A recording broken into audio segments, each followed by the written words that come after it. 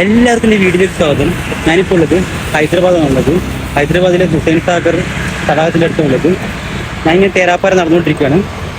ഇവിടെ ഒരുപാട് കാണാനുണ്ട്. ഈ ലേക്കിൻ്റെ അടുത്ത് ഒരുപാട് കാണാനുണ്ട്. ഇവിടുത്തെ സെക്രട്ടേറിയറ്റ് മന്ദിരം, NTR പാർക്ക്, ഡോക്ടർ അംബേദ്കറിൻ്റെ പ്രതിമ, മാർട്ടിൻ മെമ്മോറിയൽ, അങ്ങനെ ഒരുപാട് കാണാനുണ്ട്. അപ്പോൾ നമുക്ക് നേരെ വീട്ടിലേക്ക് പോകാം. ഹൈദരാബാദിലെ എൻ്റെ രണ്ടാമത്തെ ദിവസമാണ്. ഇന്നലെ പോയത് ഗോൽക്കൊണ്ട കോട്ടയിലേക്കാണ്. അതിൻ്റെ വ്ളോഗ് ചെയ്തിട്ടുണ്ട്.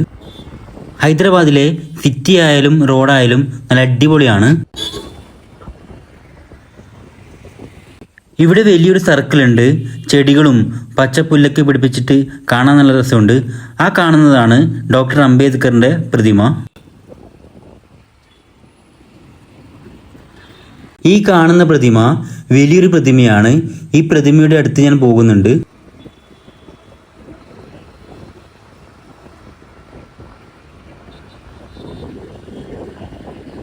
ഈ കാണുന്ന തടാകമാണ് ഹുസൈൻ സാഗർ തടാകം.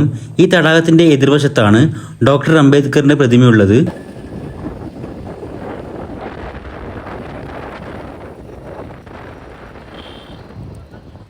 ഇവിടുത്തെ റോഡും നടപ്പാതയൊക്കെ നല്ല വൃത്തിയിൽ പരിപാലിക്കുന്നുണ്ട്. ഈ തടാകത്തിൻ്റെ എതിർവശത്ത് വലിയൊരു ഇന്ത്യൻ പതാക പറക്കുന്നത് കാണാം.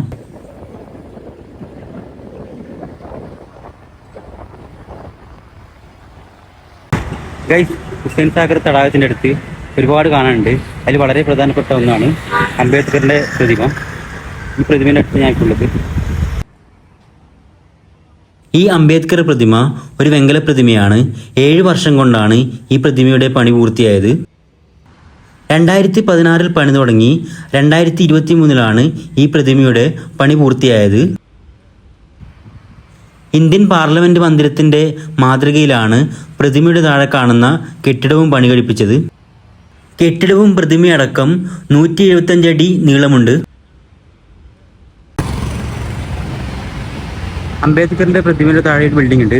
ആ ബിൽഡിംഗ് ഗവൺമെൻറ് സ്ഥാപനമാണ്. അതിനുള്ളിലേക്ക് പോകാൻ പറ്റില്ല. അവിടെ ആരും കാണാനുമില്ല. മന്ത്രിമാർക്കും MLA മാർക്കും മാത്രമേ പോകാൻ പറ്റുമെന്ന് തോന്നുന്നു കേട്ടോ. പക്ഷെ ഇവിടെയൊക്കെ നല്ല വൈബ് സ്ഥലമാണ് കേട്ടോ. തൊട്ടപ്പുറം ഇവിടെ ഹുസൈൻ സാഗർ തടാകമുണ്ട്. പിന്നെ ഇവിടെ നല്ല ഹൈവേ ഉണ്ട്. ഹൈവേ ആണോ സ്റ്റേറ്റ് റോഡാണെന്ന് അറിയില്ല. ഗൈസ്, ഇനി ഞാൻ പോകുന്നത് NTR ഗാർഡനിലേക്കാണ്. ഹൈദരാബാദിലെ വളരെ പ്രധാനപ്പെട്ട ഒരു സ്ഥലം കൂടിയാണ് NTR ഗാർഡൻ. NTR ഗാർഡൻ്റെ ഭാഗത്ത് കാറും ബസ്സും ബൈക്കിലും പാർക്ക് ചെയ്യാൻ വേണ്ടി ഒരുപാട് സ്ഥലമുണ്ട്. ഇതാണ് NTR ഗാർഡൻ്റെ എൻട്രൻസ്. ഇങ്ങോട്ട് പോവാം. ആദ്യം ടിക്കറ്റ് എടുക്കണം. ടിക്കറ്റ് പ്രൈസ് എത്രയാണെന്ന് അറിയില്ല. നോക്കാം. ഇതന്നെയാണ് കൗണ്ടറെന്ന് അറിയില്ല. Food fair not allowed. ഇവിടെ ടിക്കറ്റും കാര്യങ്ങളൊന്നുമില്ല. ചെരുപ്പ് അഴിച്ചിട്ട് ഇതിൻ്റെ ഉള്ളിലേക്ക് കയറാൻ പറ്റും. മുൻ മുഖ്യമന്ത്രിയും നടനുമായ NT രാമറാവുവിൻ്റെ ഓർമ്മയ്ക്ക് വേണ്ടി പണി കഴിപ്പിച്ചതാണ് ഈ മെമ്മോറിയൽ. ഇതിനുള്ളിലേക്ക് കയറാം. ഇതിലൂടെ നടക്കുന്ന തന്നെ നല്ല രസമുണ്ട്.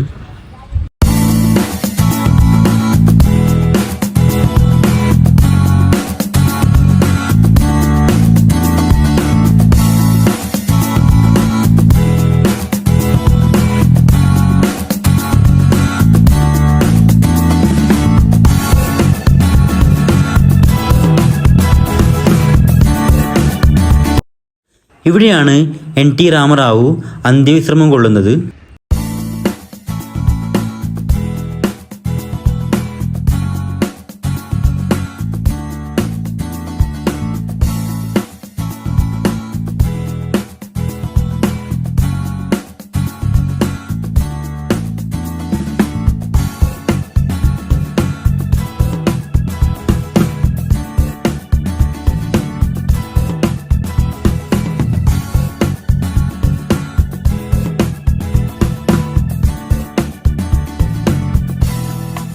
ഈ മെമ്മോറിയലിൻ്റെ അടുത്ത് നല്ല പൂന്തോട്ടങ്ങളൊക്കെ ഉണ്ട്.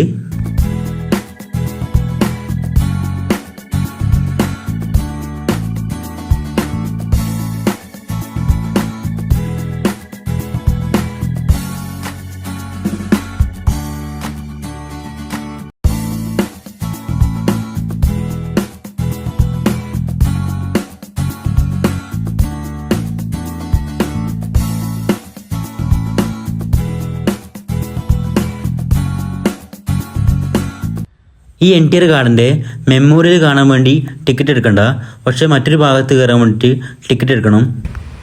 ഇവിടെ ചെക്കിങ് കഴിഞ്ഞതിന് ശേഷമാണ് ടിക്കറ്റ് എടുക്കേണ്ടത്. ഗൂഗിൾ പേ ഉപയോഗിക്കുന്നവർ ഇവിടെയാണ് സ്കാൻ ചെയ്യേണ്ടത്. പക്ഷെ ഇത് വർക്കാവുന്നില്ല, എന്താ അറിയില്ല. വീണ്ടും അവിടെ തന്നെ ചോദിച്ചോക്കാം. ടിക്കറ്റ് എടുത്ത് ഈ പാർക്കിൻ്റെ ഉള്ളിലേക്ക് കയറി ഇവിടുത്തെ കാഴ്ചകളൊക്കെ കാണാം.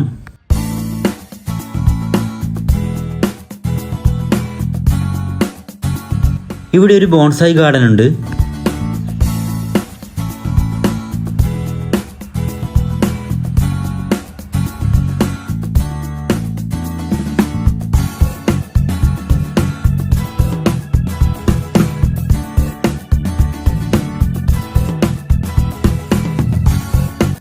അതാണ് തെലങ്കാനയുടെ സെക്രട്ടേറിയറ്റ് മന്ദിരം. അതിൻ്റെ അടുത്ത് ഞാൻ പോകുന്നുണ്ട്.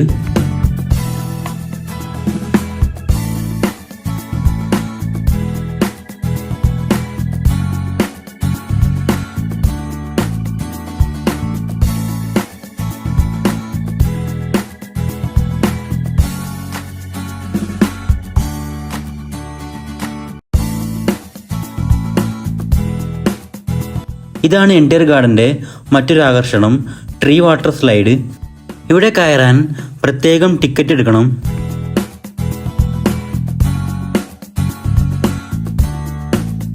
ഇവിടെ നിന്നാൽ അംബേദ്കർ പ്രതിമയുടെ പുറകുഭാഗം അടുത്തു നിന്ന് കാണാൻ പറ്റും.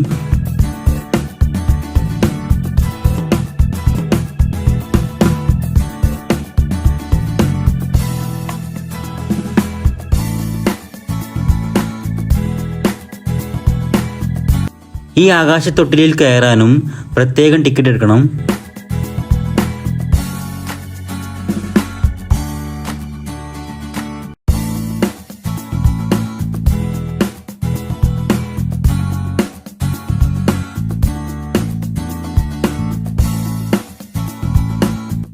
ഒരുപാട് പൂക്കളും പൂമ്പാറ്റകളും ഒക്കെ ഇവിടെ കാണാൻ പറ്റും.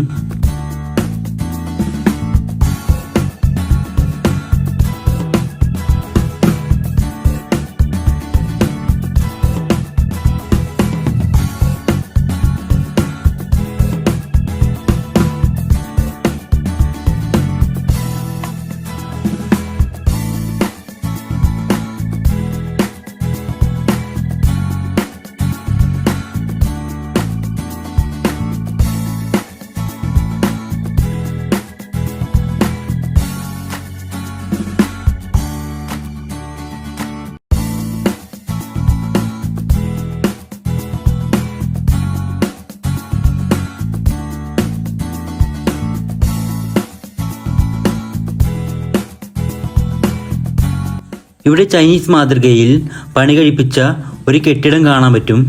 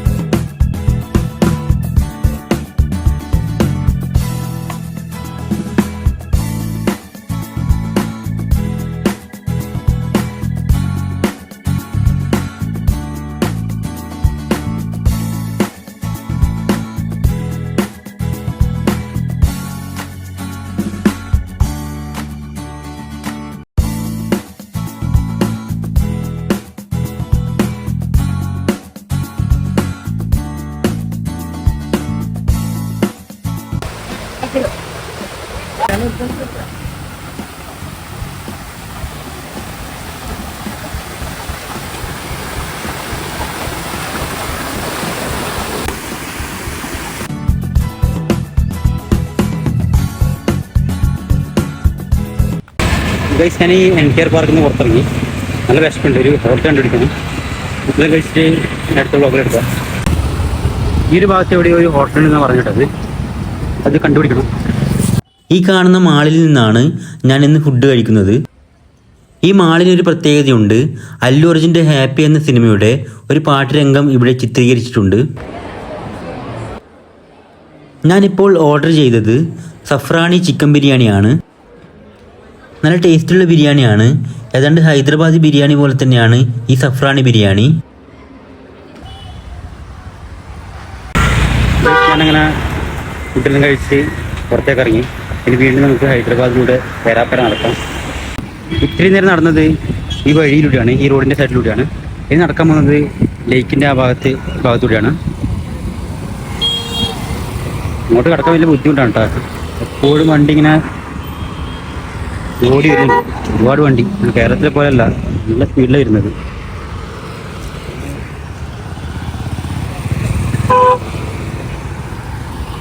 സൂപ്പർ ലൈൻ ഉണ്ടെന്ന് പറഞ്ഞിട്ട് കാര്യമില്ല, അതിലൂടെ കടക്കാൻ പറ്റില്ല, ഒരുപാട് വണ്ടി വരുന്നുണ്ട്. അങ്ങൊരു എന്താ പറയുക,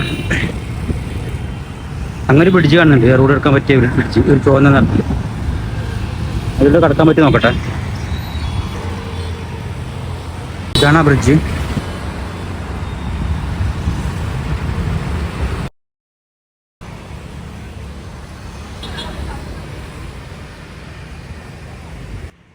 ഇതാണ് ഹൈദരാബാദിലെ പ്രശസ്തമായ ഹുസൈൻ സാഗർ തടാകം.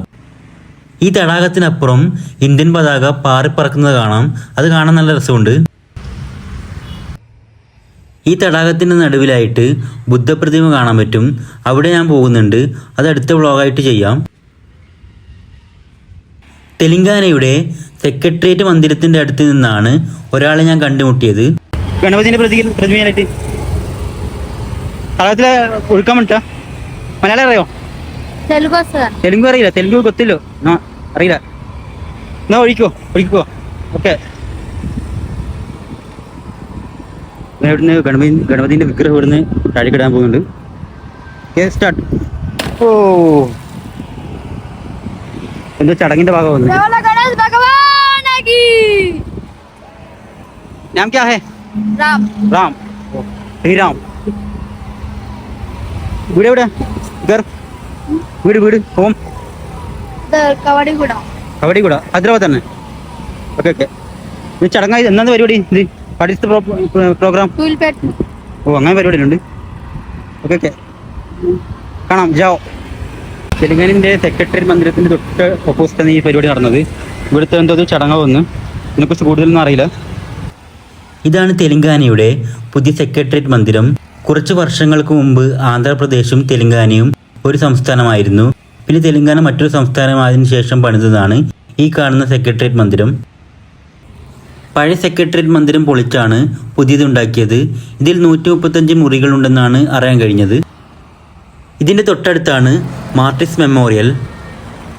ഒരു ചിരാതിൻ്റെ മാതൃകയിൽ ലോകത്തിലെ തന്നെ ഏറ്റവും വലിയ സ്റ്റെയിൻലെസ് സ്റ്റീൽ കൊണ്ടുണ്ടാക്കിയ ഒരു കെട്ടിടമാണിത്. 2023 ഇത് ഉദ്ഘാടനം ചെയ്തത്.